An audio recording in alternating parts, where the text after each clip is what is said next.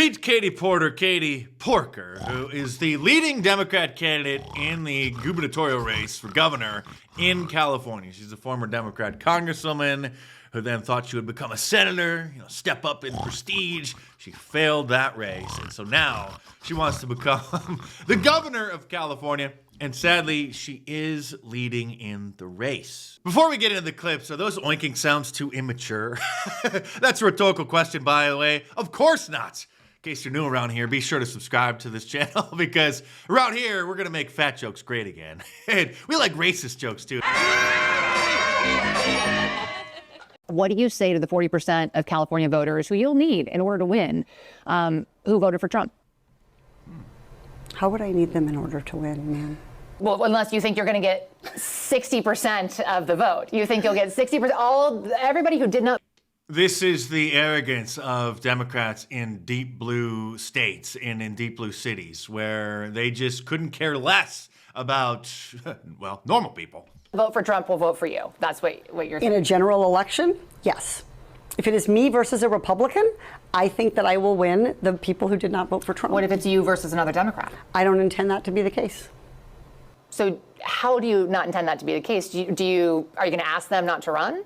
No, I'm saying I'm going to build the support. I have the support already in terms of name recognition. Name recognition. How many people in California know who Katie Porker is? You just said you don't need those Trump voters. Well, you asked me if I needed them to win. So you don't I think feel like this is unnecessarily argumentative. What is your question? It's argumentative. See, she's used to just the softballs from the major mainstream media as a former Democrat member of Congress. Now she's dealing with a local reporter. And local reporters tend to be not such sellouts. So, and the question is, what do you say to the 40% of voters who voted for Trump? Oh, I'm happy to say that. It's the do you need them to win part that I don't understand. I'm happy to answer the question as you have it written, and I'll answer it. And this is even worse than Hillary Clinton's deplorables. She's just literally saying, I don't need Republicans to win. Screw them. What I'm saying to you is that... Well, to those voters. Okay, so you... I don't want to keep doing this. I'm going to call it. Okay. Thank you. You're not going to do the interview with us? Nope, not like this. I'm not. Not with 7 follow-ups to every single question you ask. Every other candidate has answered. I don't care. Follow-ups. I don't care. I want to have a pleasant, positive conversation in which you ask me about every issue. Pleasant, positive conversation. And if every question you're going to make up a follow-up question, then we're never going to get there. How dare you ask a follow-up question when I try to evade? And we're just going to circle around. I am an investigative I have never reporter. had to do this before, ever. I've never had to answer a follow-up question before, ever. MSNBC and CNN are so nice to me. You've never had to have a conversation with to end a an reporter? interview. Okay, but every other candidate has done this. What part of I'm me? I'm running for governor because I'm a leader. So I am going to make... So I'm going to run away for a reporter asking follow-up questions. You're not going to answer questions from reporters? Okay, why don't we go through? I will continue to ask follow-up questions because that's my job as a journalist, but I will go through and ask these, and if you don't want to answer, you don't want to answer. So nearly every legislative... I don't want to have an unhappy experience with you, and I don't want this all on camera. I don't want to have an unhappy experience with you either. I would love to continue to ask these questions so that we can show our viewers what every candidate feels about every one of these issues that they care about. So, as usual, the meme makers work their magic to create these deepfake memes of the interview, which is equally hilarious and horrifying because it's so realistic now. Probably you've seen the flood of Sora deepfake videos, and by the midterms, and surely by the 2028 presidential election, many people aren't even going to know what's real anymore. This video is real, however, this is her trying to record a message for her campaign when she noticed that one of her staffers just happened to be in the background in her shot. State could lose. Get out of my shot. I wanted to tell you that that's actually incorrect. It's not that it's electric vehicles. It's that if we don't meet the commitments under the Paris Climate Accord. Okay, it does. Okay, you also were in my shot before that. Stay out of my shot. I mean, what's next? Is she going to campaign on promoting abortion so Americans can save money? Oh, wait, what's this? President Biden has said that inflation is the #1 priority for the Biden White House to try to get under control right now. As you're out there in California talking to constituents, the same inflation that all of the Democrat experts said was just going to be transitory. Remember that fancy word? During this re-election year for Congress, how does inflation compare to this newly important, in the sense of the Supreme Court decision pending, abortion issue? How do those two issues compare? Well, I don't think they compare. I think they actually reinforce each other. So the fact that things like inflation can happen and it can become more expensive to feed your kids and to fuel your car is exactly why people need to be able to be in charge of how many mouths they're going to have to feed. Hey, cost of living too high to start a family because of all the government stimulus and the tens of millions of illegal aliens the Biden administration allowed to come in and suck off the government teats using our tax dollars for room, board, education, and health care. Not to mention the housing crisis that it's causing. Hey, well, just get an abortion. Here she is using Kamala Harris's favorite dodge technique when asked a specific question about a specific issue. Instead of taking a stance on it or answering it, she just says, you know what? We should have that conversation. I mean, not right now, but, people should have that conversation. Maybe that's something we should talk about, but not right now.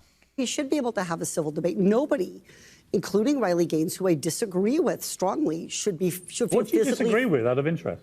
I think that it should be up to sporting bodies to make the decisions about who and how should compete. What has she said that's actually wrong? I think that what she has done is try to turn this. We talked about people, using things to kind of get likes and get clicks. That's not what she's doing. It's not? I've got no truck for Riley Gaines personally, but all I've seen her do is stand up for women's rights to fairness and equality. But she actually competed against Leah Thomas, and it was obviously unfair. Leah Thomas won one of the races in the NCAA championships by 50 seconds against a bunch of biological females who simply couldn't keep up. Pierce Morgan for a rare win. The guy whose show, you may recall, is titled Uncensored, but he got very upset when Alex Jones was uncensored and had his account on Twitter restored by Elon Musk. That cannot be right. It cannot be fair. That is something that I think our sporting bodies should be dealing with. And by the way, I'm not going to answer that question because, well, that would cost me the liberal lunatics' votes. So I'll just put it off on someone else. Riley is speaking up for herself, and that is her prerogative, and I respect her free speech. I think she's speaking up for pretty much every female athlete in the world. Wasn't that the point? Not only just the athletes, but all girls in the world, all future-born girls that obviously Katie Porker wants you to abort. I never thought that California could have a worse governor than Gavin Newsom, whose term limits are expiring, which is why he's not running again, and obviously he will be running for president in 2028, and most likely the Democrat nominee. And normal people across the country wonder, since he ruined San Francisco, and then he ruined California, he was the mayor of San Francisco, then he ruined California, now he's going on to ruin America, how people could possibly vote for him. But you underestimate how stupid Democrats are across America. And to his credit, he is a very slick liar. He has Satan's silver tongue. The Latinx stuff, that, by the way, not one person ever in my office has ever used the word Latinx. So can we finally put that to bed? Yeah, we agree? but where did that even No go? more Latinx, everybody. Well, I just didn't even know where it came from. I'm like, what are people talking about?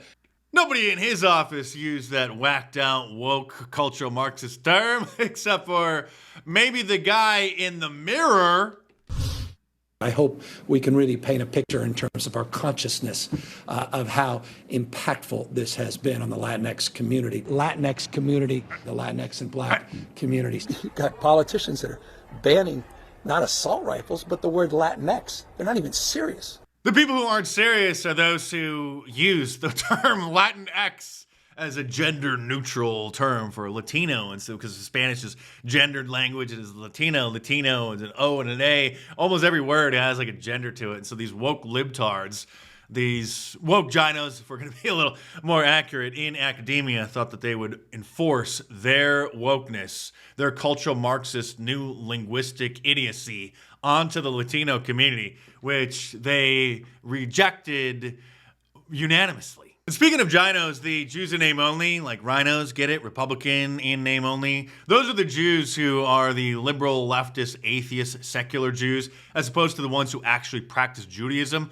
A lot of people get confused because being, quote, Jewish can mean an ethnicity or a religion or both, since Judaism started as an ethno-religion, a religion for that specific ethnic group. But a lot of people enjoyed the Billy Graham, Richard Nixon tape that I played in the video yesterday, which was secretly recorded in the Oval Office of the Nixon White House, which were later released, showing him and Billy Graham having a very candid conversation, which, Billy thought was private, then only got leaked, talking about ginos. But there's a little bit more. There's some other tapes of Nixon and Billy Graham talking about such things.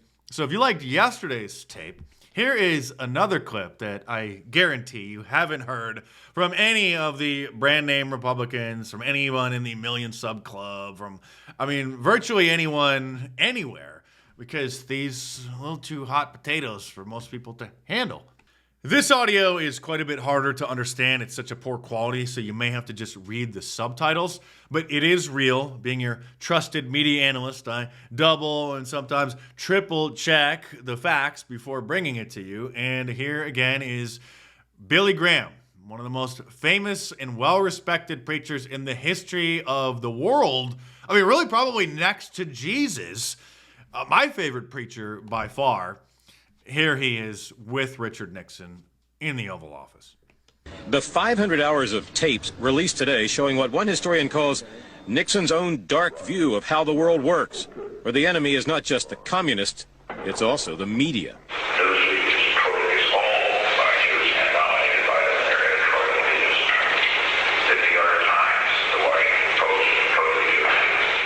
Listening in agreement is the Reverend Billy Graham. This stranglehold has got to be broken or this country is going to go down the drain. You believe that? Yes, sir. I can't ever say it, but I believe it. He can't say it as President of the United States, but he believes it. You see, this is just one of 2 million reasons why you should subscribe to my channel if you're new here. And if you're a regular viewer and you want to support my work, buy me a coffee by clicking the link in the description below. It's a great service that allows people to tip their favorite content creators because YouTube takes like 30 or 40% off the top of any super chat or super thanks. And that's before taxes too. They got to skim all that they can. So just click the link in the description below, head on over there and check it out.